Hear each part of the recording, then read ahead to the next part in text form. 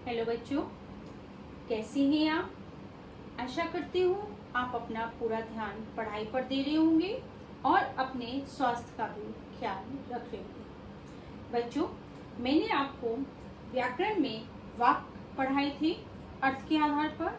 आज मैं आपको जो हमारी कृतिका भाग 1 जो पूरक पाठ्य पुस्तक है, उस पुस्तक में पाठ 2 मेरे संग की औरतें, जो पाठ का नाम है और उसकी लेखिका मृदुला गर्ग है, ये पाठ में आज आपको समझाऊंगी। पाठ थोड़ा बड़ा है लेकिन थोड़ा थोड़ा करके आपको समझाऊंगी जिससे आपको समझ आ जाए। सो बच्चों, पाठ को समझने से पहले हर बार की तरह आप मेरे YouTube चैनल को लाइक और सब्सक्राइब करना ना भूलें। तो बच्चों, अब हम पाठ पढ़िए। पाठ 2 जो कृतिका में से लिया है, भाग 1 है। पाठ का नाम है मेरे संग की औरतें। अब आप ये मत सोचना कि मैंने पाठ 1 क्यों नहीं पढ़ाया। तो बच्चों, पहले मैं आपको ये बात स्पष्ट कर दूं कि पाठ 1 जो है वो है इस जल प्रलय में, वो आपके पाठ्यक्रम में नहीं आ रहा है। आपके पाठ्यक्रम में वो पाठ हटा दिया गया है, तो इसलिए पाठ 2 मेरे संग की औरतें आपको आज मैं समझाऊंगी। पाठ थोड़ा सा बड़ा है, थोड़ा थोड़ा भाग समझाऊंगी। सबसे पहले मैं आपको लेखिका जो मृदुला गर्ग हैं उनके बारे में बताती हूँ।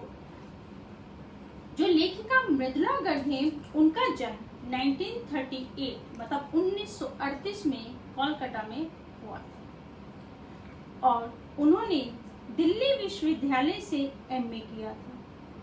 इस पाठ में उन्होंने जो मेरे संग की औरतें हैं, इस पाठ में उन्होंने किन किन का जिक्र किया है, किन किन का नाम लिया है, वो मैं आपको बताना चाहती हूँ। तो इस पाठ में मेरे संग की औरतों में जो है, इस पाठ में ऐसी अनेक औरतों के बारे में लेखिका ने बताया है। जैसे उन्होंने बताया है कि जीवन तो परंपरागत तरीके से जीती थी, पर वो सोचती और करती लीक से हटकर थी। जीती परंपरागत जीवन से थी लेकिन सोचती थी और करती थी लीक से हटकर, मतलब अलग ही काम करती थी। इस पाठ में लेखिका ने अपनी नानी, अपनी माँ, अपनी परदादी, अपनी बहनों और अपने बारे में जो है कमियां और विशेषताओं के बारे में बताया। उनकी विशेषताएं हैं, कमियां। तो ये इस पाठ में सब औरतों का नाम आया। सबसे पहले लेखिका ने अपनी नानी के बारे में इस पाठ में बताया। लेखिका कहती हैं, मैंने अपनी नानी को तो कभी नहीं देखा, क्योंकि लेखिका की माँ जब अभी शादी भी नहीं हुई थी तभी उनकी लेखिका की नानी का देहांत हो गया।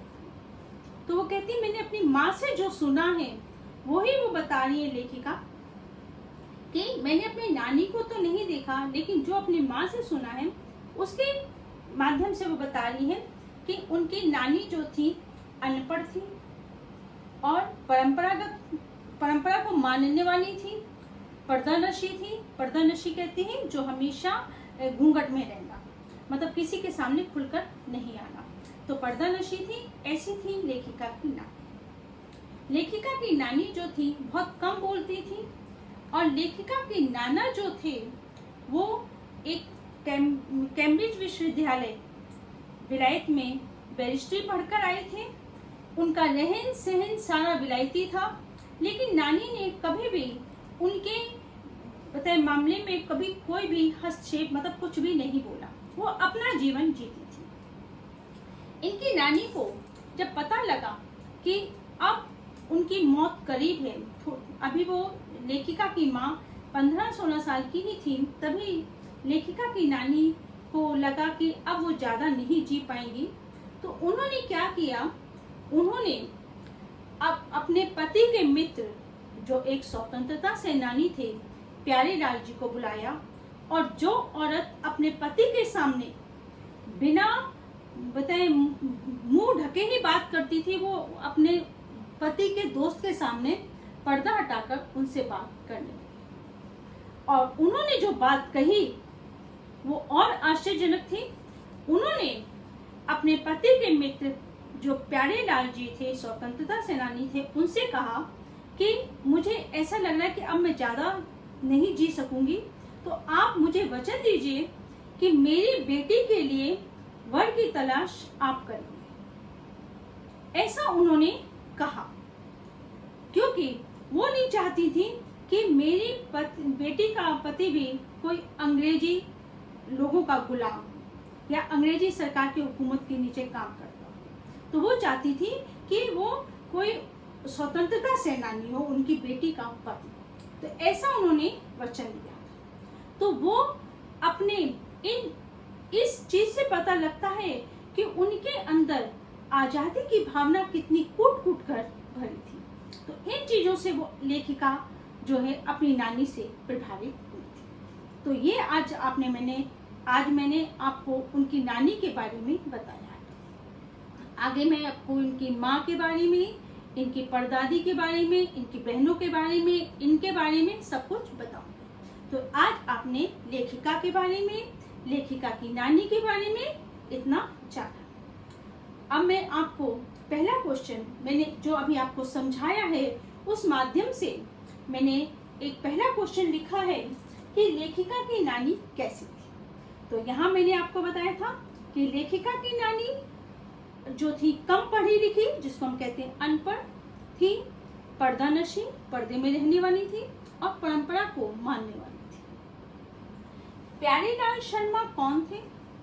प्यारेलाल शर्मा लेखिका के नाना जी के मित्र थे जो एक स्वतंत्रता सेनानी थे। तीसरा प्रश्न, लेखिका ने अपनी नानी के बारे में क्या बताया? लेखिका ने अपनी नानी के बारे में बताया कि उनके अंदर आजादी की भावना कूट कूट कर भरी हुई थी। तो ये सब जो है इन प्रश्नों के उत्तर थे जो मैंने अभी आपको पढ़ाया उसके आधार।